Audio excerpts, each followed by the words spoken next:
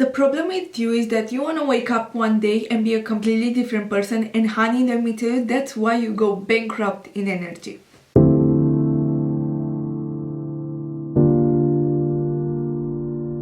Hi everybody, welcome back to the Premed Journal. My name is Maria, and today we're diving into the alter ego and how to eventually be your alter ego.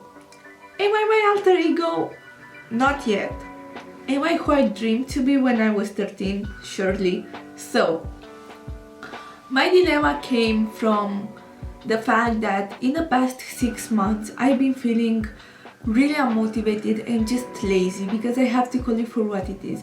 I know that on this channel we talk about motivation and discipline and consistency and being like your higher self, pre-med, achieving that goal, but I'm also human and I also feel unmotivated. I also don't feel like I want to do the things that I'm supposed to do, and the thing is that I don't like feeling this way. I like to feel productive. I like to feel like I'm working. I like to feel productive, okay? I like to feel like I'm doing something, that I have a direction, and I think that's with most people. People like the sense of direction, and we like the feeling of, okay, I'm going somewhere, I'm doing something great, I'm doing something for myself or for others. So what I did, and you may call this stupid or not, I don't care, okay? I don't care. So in front of my desk right now, when I'm sitting, I have one vision board of my alter ego. Beside it, I have another vision board with the goals that I want to accomplish in the next 8 months. Okay, my philosophy is, if I want to be this, aka my alter ego, I have to accomplish this, aka my goals for the year. Means that I have to get up and do the work so I accomplish my goals. So if I get up and do the work to accomplish my goals, little by little it will build up and I'm gonna be my alter ego. So I'm a person who doesn't really get motivated by the little picture of this. So for example, if I think about the goals I want to accomplish this year, it doesn't really motivate it. Yeah, sure, it's like, okay, I want to do this and I want to do that, but for me it always been like, if I see the grand picture of it, I get super motivated, because I get shown an alternative reality that it's possible for me. Because everything you have in your head, every little idea that goes through your head, every little goal, is because to some extent you feel capable of doing. So basically, your imagination for what you can achieve is just an alternative reality that waits for you to make it into the physical world. So let's get into this. What is an alter ego? According to Google, and I'm gonna read, an alter ego is a Latin phrase meaning other self, referring to a second, distinct personality within a person, an inseparable, trusted friend, or a fictional character representing an author's actor alternate persona. It represents a different version of oneself, often revealing hidden strengths, capabilities, or a different aspect of a personality. Meaning, it has to be someone you detach from.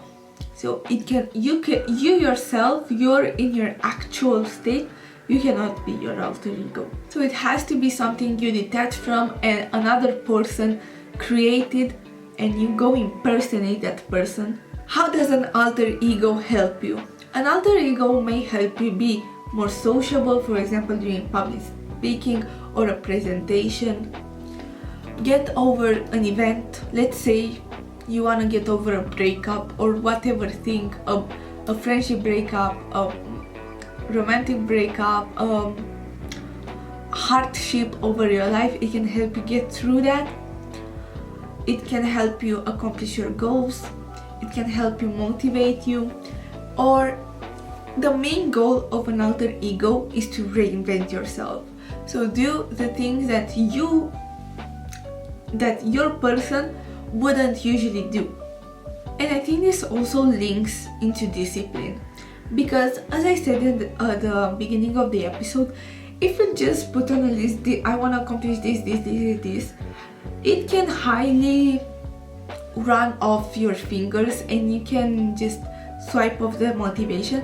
But if you get shown the image of what you could be, I think that's highly more motivated, especially if you get reminded of it daily. For example, so I link this into discipline. So I researched that Yale had a conference on studies about self-control how self-control changes the brain, which is basically discipline. So discipline requires a high level of self-control because it requires you to do the things that you don't want to do and avoid the things that you actually want to do. So they have some studies about how self-control changes the brain. We're analyzing these studies. They basically concluded that the common theme concerning the best method to attain lasting change, so basically being your alter ego, including becoming aware of what one wants to change, increasing commitment to the goal of the change, and imagining all of the potential problems and solutions to those problems. So that being said, how do you create our alter ego? 1. Identify why do you want to create an alter ego in the first place. So that may be, I want to be more confident when I'm talking to strangers, or I want to learn to do public speaking, or I want to be more motivated daily, or I want to be more disciplined, I want to start doing a sport, I want to start doing this. So find your reason why, because if you already have a weak base if you don't have a reason why you're creating an alter ego just because it's cool and all the celebrities have it.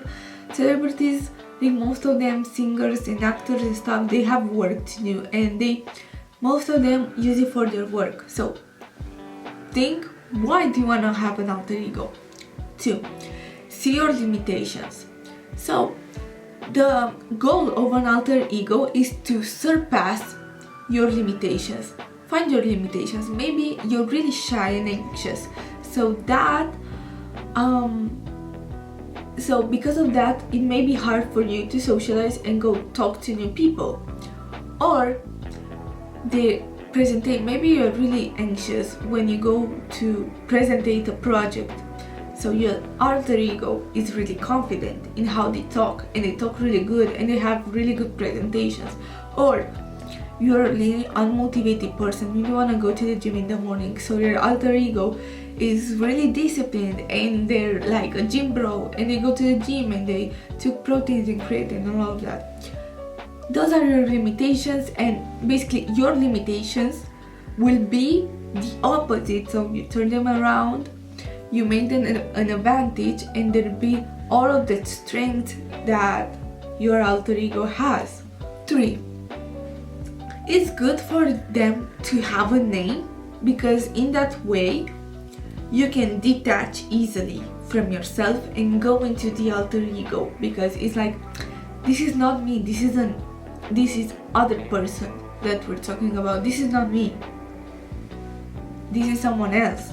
And also, this is like the creative side. Give them a look, give them a vibe, give them an aesthetic, a sense of clothing, a haircut, a makeup style. You can do a Pinterest board with that, and you can start customizing your character. And if you want to eventually become your alter ego, you can slowly, like over the time, start doing these changes yourself. 4. Give them a space, give them a context, okay?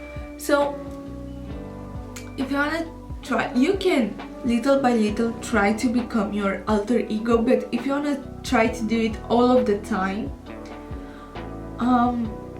it's probably not going to work. So you have to do some moments. For example, when your alarm starts ringing in the morning and you don't want to wake up, that's when your alter ego kicks in and you're like, oh my god, I don't want to wake up, but my alter ego wakes up at 6 in the morning, so I have to get up because I'm my alter ego.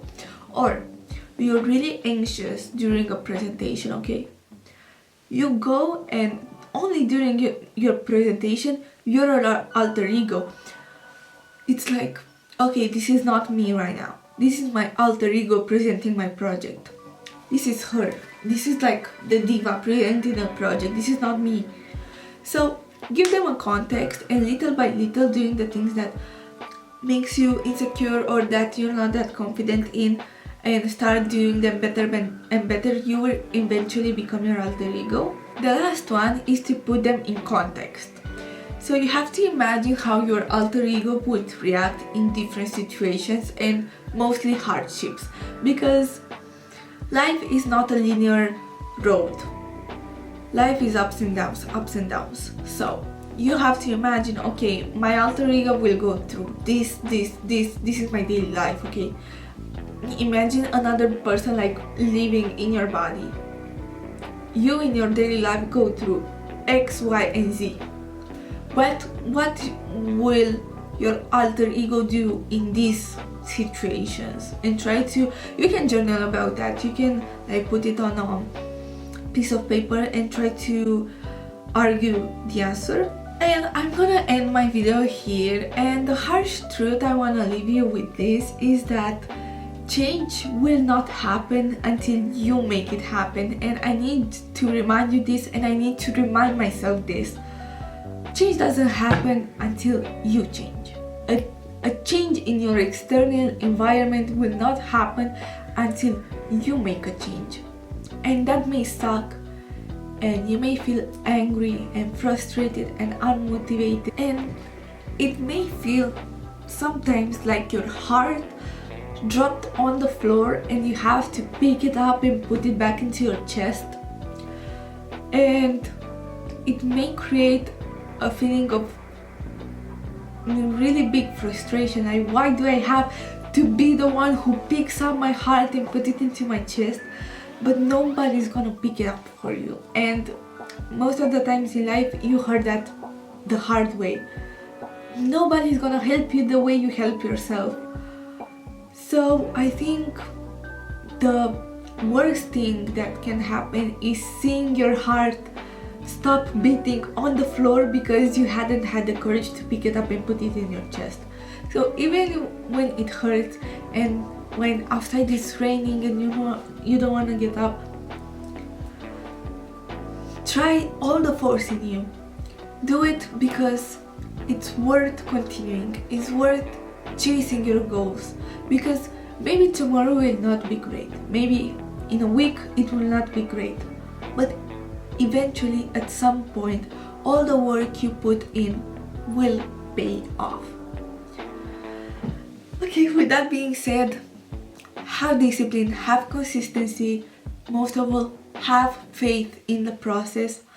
I'm wishing you the best in the world, and I hope that you accomplish all of the goals you have on the list.